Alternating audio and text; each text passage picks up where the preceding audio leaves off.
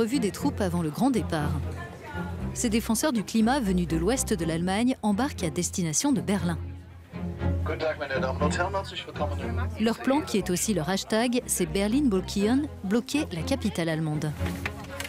Une mobilisation coup de poing pour alerter sur l'urgence à lutter contre le changement climatique. J'ai autour de moi des membres du groupe Extinction Rébellion.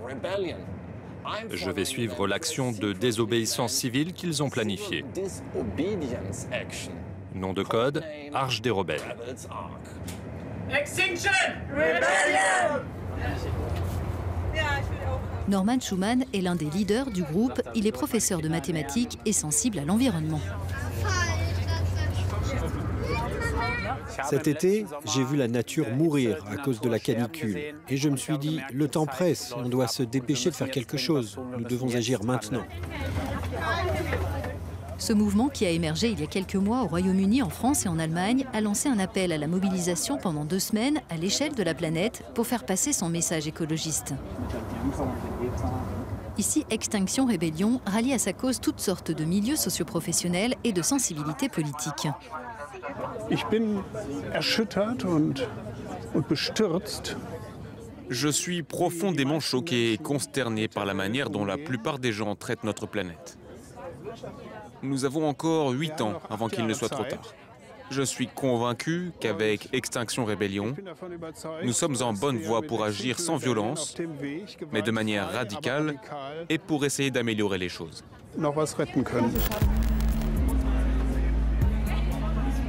Le groupe de Norman arrive à la gare centrale de Berlin sous le regard des policiers. Après de longues négociations sur des messageries cryptées, les militants ont accepté que nous les suivions à condition de ne pas révéler à l'avance leur lieu de blocage. Nous allons mener des actions de désobéissance civile. Nous allons bloquer Berlin. Nous allons mettre en place des barrages routiers pour dénoncer le plan climatique allemand et l'inaction de notre gouvernement. Extinction Rébellion compte à l'heure actuelle en Allemagne une centaine de groupes locaux comme celui de Norman. Leurs membres s'installent à 2 pas de la chancellerie allemande aux côtés de militants venus spécialement de Pologne et de Scandinavie. On est ici à Berlin pour occuper le terrain, pour réveiller les gens, pour qu'ils voient la réalité. Et tout le monde voit combien la situation est critique. Rejoignez le mouvement pour en finir avec les combustibles fossiles.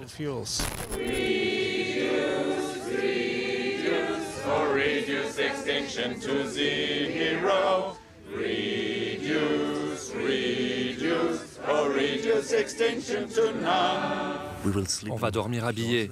Comme ça, on sera tout de suite prêt quand on va se lever. Good night, Hans.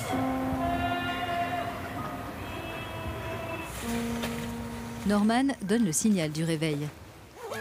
L'opération Arche des Rebelles est lancée. Nous nous mettons en route tout en évitant les patrouilles de police.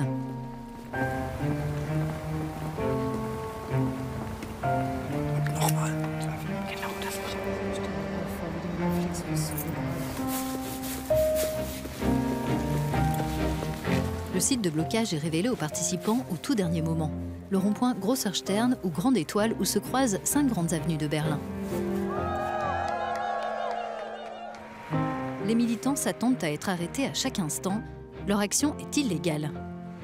Ils tentent de retarder l'intervention de la police pour avoir le temps de monter de curieux éléments de construction en bois.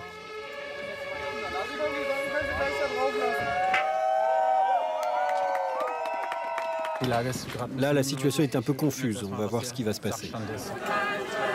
La police tente d'empêcher les manifestants de s'approcher de la remorque qui a apporté les pièces de bois. En réaction, ils forment une chaîne humaine pour la protéger. Nous retrouvons Jürgen, le militant norvégien. Eh bien, on espérait construire l'arche parce que c'est un symbole. C'est le bateau qui sauve les espèces. On va encore essayer, et je ne suis pas sûr qu'on réussisse. On fait une chaîne autour pour qu'on puisse la construire.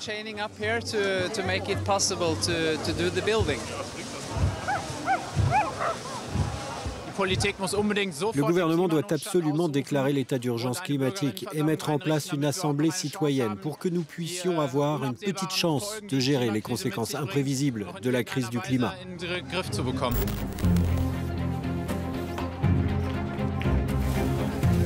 Au matin, un accord est trouvé entre manifestants et autorités sur les lignes rouges à ne pas dépasser. Les militants ne viseront pas les aéroports et les infrastructures vitales de Berlin et la police n'interviendra pas sur les blocages menés dans toute la ville. Cette arche est là pour rappeler qu'1 million d'espèces sont actuellement menacées d'extinction et réclamer la vérité sur le drame climatique.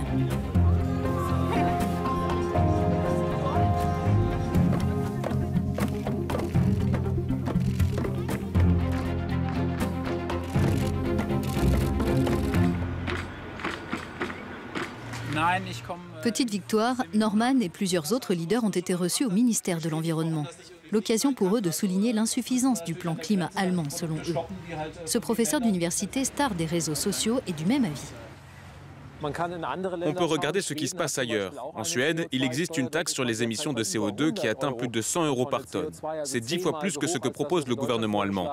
Pourtant, même en Suède, ils n'agissent pas assez vite pour pouvoir atteindre les objectifs de protection du climat. Extinction Rebellion, en Allemagne et ailleurs, réclame également la création d'assemblées citoyennes où tout un chacun pourrait faire ses recommandations pour répondre à l'urgence climatique.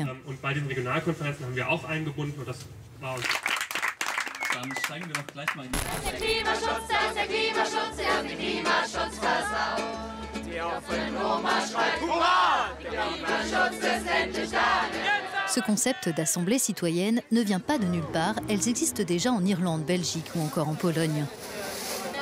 L'idée, c'est de faire sans les partis politiques, mais aussi d'écarter le lobby des combustibles fossiles. Sur le rond-point de la Grande Étoile, une deuxième nuit d'occupation se prépare. Pour Norman, l'engagement dans cette lutte a une dimension personnelle. Il a pris une année sabbatique pour s'y consacrer. Cette journée a été une grande réussite et elle l'est encore. On est venu ici pour rester longtemps, on est encore là. L'arche a été montée, c'était ce que nous avions prévu et elle restera sur place. Là, on se prépare pour la nuit, on va voir ce qui va se passer, mais on tiendra bon. Les blocages d'Extinction Rebellion, qui ici auront duré 58 heures, suscitent aussi la colère au sein de la population allemande. Certains craignent qu'ils ne mettent en danger l'acceptation par le public de la mobilisation des jeunes pour le climat, qui en septembre avait rassemblé près d'1,5 million de personnes dans le pays.